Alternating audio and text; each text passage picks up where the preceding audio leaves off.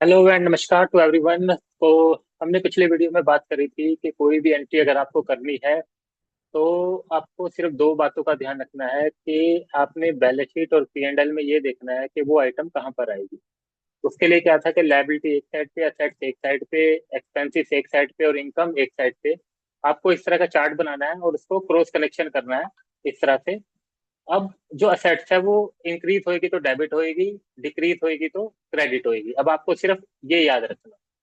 अब उसके बाद सिमिलरली क्रॉस कनेक्शन है एक्सपेंस के साथ भी सेम वे में। एक्सपेंस भी डेबिट कब होएगा? जब इंक्रीज होएगा। और एक्सपेंस क्रेडिट कब होएगा? जब डिक्रीज होएगा। इसका रिवर्स कनेक्शन आपको याद रखना है कि जो डेबिट इंक्रीज होने पर हो रहा है अब वो डेबिट डिक्रीज होने पर होएगा, यानी कि क्रेडिट होएगा जब जब वो इंक्रीज होएगा। तो लायबिलिटी और इनकम के केस में उल्टा होता है। तो ये चीज आपको याद रखनी है। तो इसलिए अगर ये वाला चार्ट अगर आप बना लेते हैं तो आपको कोई दिक्कत नहीं होगी। अब हम बात करते हैं कि असेट्स और लायबिलिटी से आपको कैसे पता लगेगा कि कौन सी आइटम आपकी असेट्स में है और कौन सी लायबिलिटी में है, और कौन सी पी एंड एल के अंदर इनकम में जाएगी, कौन सी एक्सपेंस के अंदर जाएगी। अब सबसे पहले हम बात करते हैं असेट्स की, क्योंकि हम डेली छोटे छोटे वीडियो बना के डालेंगे ताकि कंफ्यूजन ना रहे, क्योंकि एक ही वीडियो में काफी लेंथी भी हो जाएगा और इतना लंबा वीडियो को देखता भी नहीं है और समझ में भी नहीं आएगा। तो आज हम सिर्फ बात करेंगे असेट साइड की कि हमारी कौन कौन सी आइटम असेट्स में जाती है। तो सबसे पहले हम ये देखेंगे असेट्स हमारी तीन तरह की होती है। Number one fix assets, second investment, तीसरा है करंट असेट्स। अब फिक्स असेट्स में हमारा होता है, जैसे हम जब कोई बिजनेस चालू करते हैं तो हम कुछ मशीनरी खरीदते हैं, है ना, या वो असेट्स लेते हैं जो हमें काम आती हैं, जो डायरेक्ट प्रोडक्शन से रिलेटेड होती हैं। तो वो होती है प्लांट और मशीनरी। फिर हम लेते हैं ऑफिस के लिए फर्नीचर। फिर ऑफिस के लिए जो फर्नीचर लेंगे वो भी हमारी फिक्स असेट्स हो गई। तो यहाँ हम मेंशन कर देते हैं लिस्ट ऑफ फिक्स असेट्स, ताकि वीडियो में दिखता भी रहेगा। नंबर वन पे आता है मशीनरी,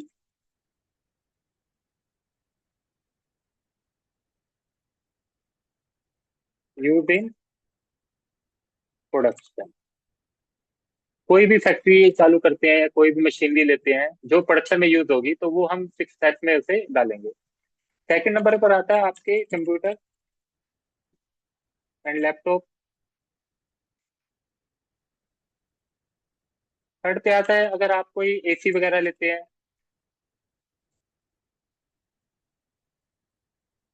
या आपने ऑफिस इक्विपमेंट लिया किसी भी तरह का, मान लीजिए आपने टेलीविजन लिया ऑफिस के लिए, कैमरे लगवाए,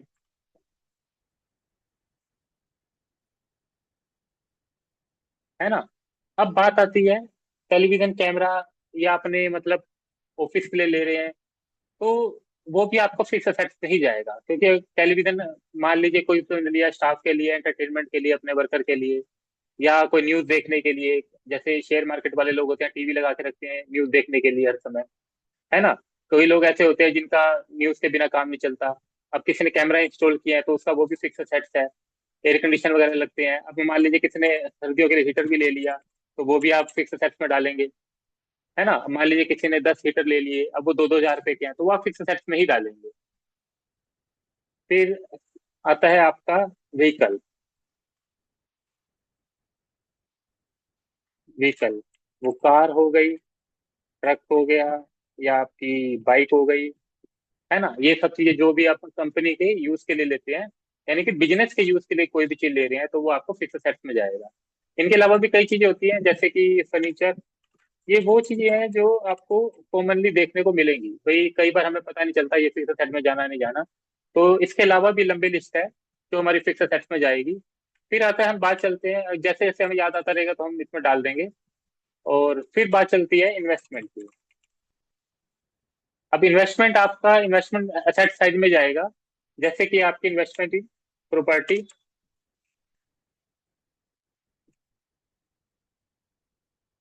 कई बार कंपनीज अपना एक लैंड ले लेती है ताकि कल को अपना वहां पे ऑफिस बना सके, है ना। लैंड लेके रख ली और छोड़ दी। कई बार क्या होता है कि मान लो लैंड की वैल्यू बढ़ जाती है तो कंपनी उसको एज इट इज भी बेच देती है। तो उसे हम क्या करते हैं, इन्वेस्टमेंट इन प्रॉपर्टी में डालते हैं उसको, क्योंकि ना तो वो हमारी फिक्स असेट्स है। कोई फिक्स असेट का मतलब ये होता है अगर आपने कोई असेट्स ली है, आप उसको यूज कर रहे हैं और उस पर डेप्रिसिएशन चार्ज कर रहे हैं, जब तक आप उसे यूज करना शुरू नहीं करेंगे आप उस पर डेप्रिसिएशन चार्ज नहीं कर सकते। फिक्स असेट का मतलब ये भी है कि आपने उसे प्रोडक्शन के लिए, बिजनेस के लिए यूज करना है। लेकिन अगर आपने कोई लैंड लेके रख लिया है खाली, अब उस लैंड को, अब ये तो है नहीं कि हम खाली पड़ी है तो उसे यूज कर रहे हैं, तो उसे हम इन्वेस्टमेंट इन प्रॉपर्टी में ही शो करेंगे। सेकंड आता है investment in share. Investment in government bond,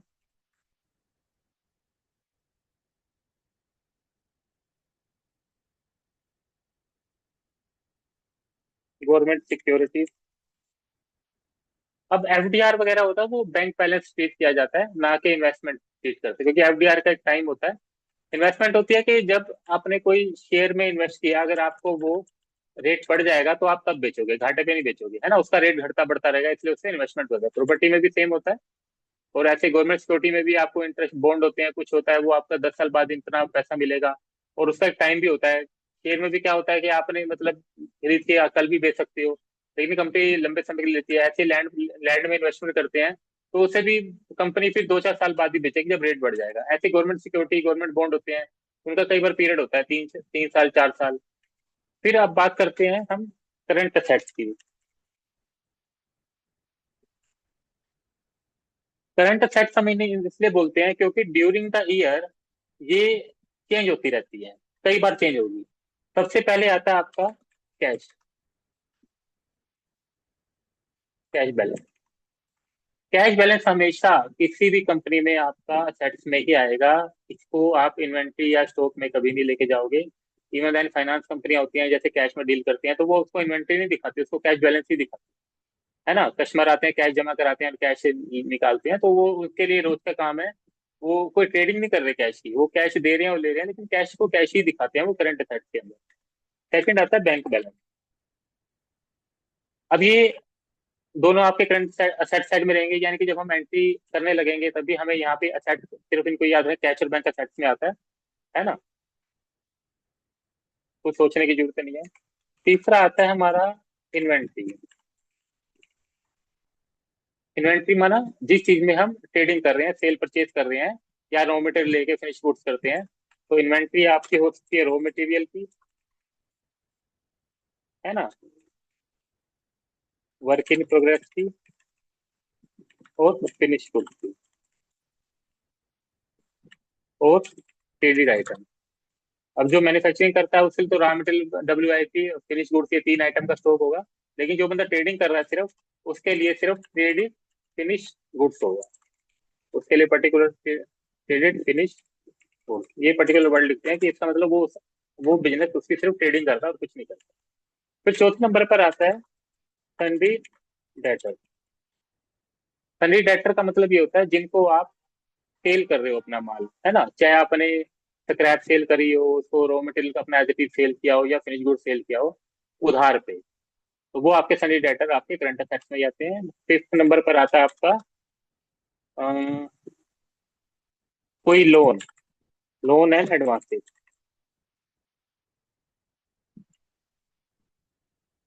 advance to other company, advance to staff. अच्छा अच्छा। किसी को भी हमने लोन दिया है बिना ब्याज के या ब्याज पर, या एडवांस दे रखा है 1-2 महीने के लिए, है ना, तो वो आपका मतलब करंट असेट्स में आएगा शॉर्ट टर्म के लिए। क्योंकि अगर किसी कंपनी का कोई काम ही नहीं है किसी को लोन पे पैसा देना या एडवांस पैसा देना, वो थोड़े समय के लिए किसी को दे देती है, किसी को 1 लाख दे दिया स्टाफ को, किसी दूसरी कंपनी को दे दिया। या एक होता है advance in form of security deposit. Advance in form of security deposit, इसे अर्नेस्ट मनी भी कहते हैं।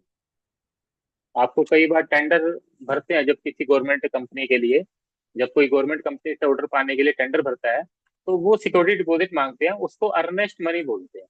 तो अर्नेस्ट मनी को हम यहाँ बुक्स में एज करंट असेट्स में शो करते हैं, लोन्स एंड एडवांसेस के अंदर। तो हमने वो दे रखा है, जब ऑर्डर पूरा हो जाएगा तो वो हमारा जो पैसा है सारा, जो हमने उन्हें FD बनवा के उसके पेपर दिए हैं या बैंक गारंटी दे रखी है, तो हमें वापसी मिल जाएगा, है ना।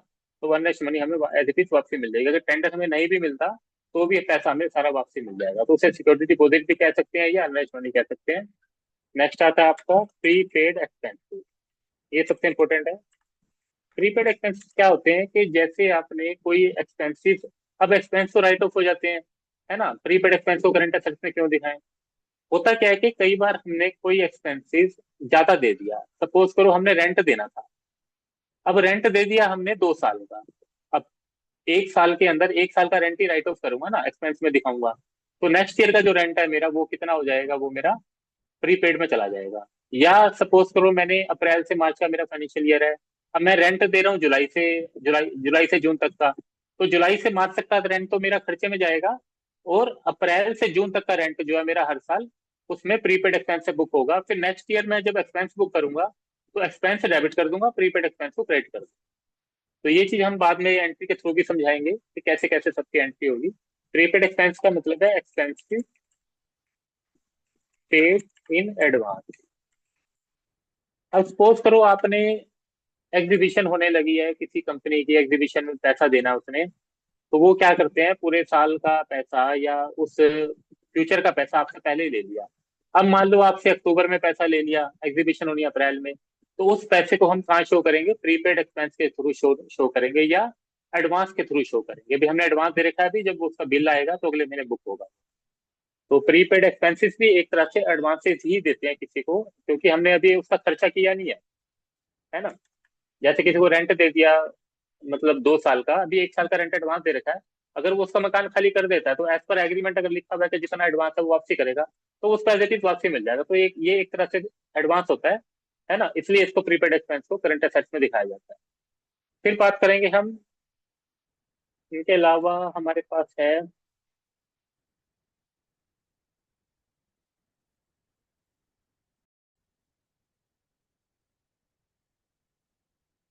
इसके अलावा हमारे पास आता है 8 नंबर पे,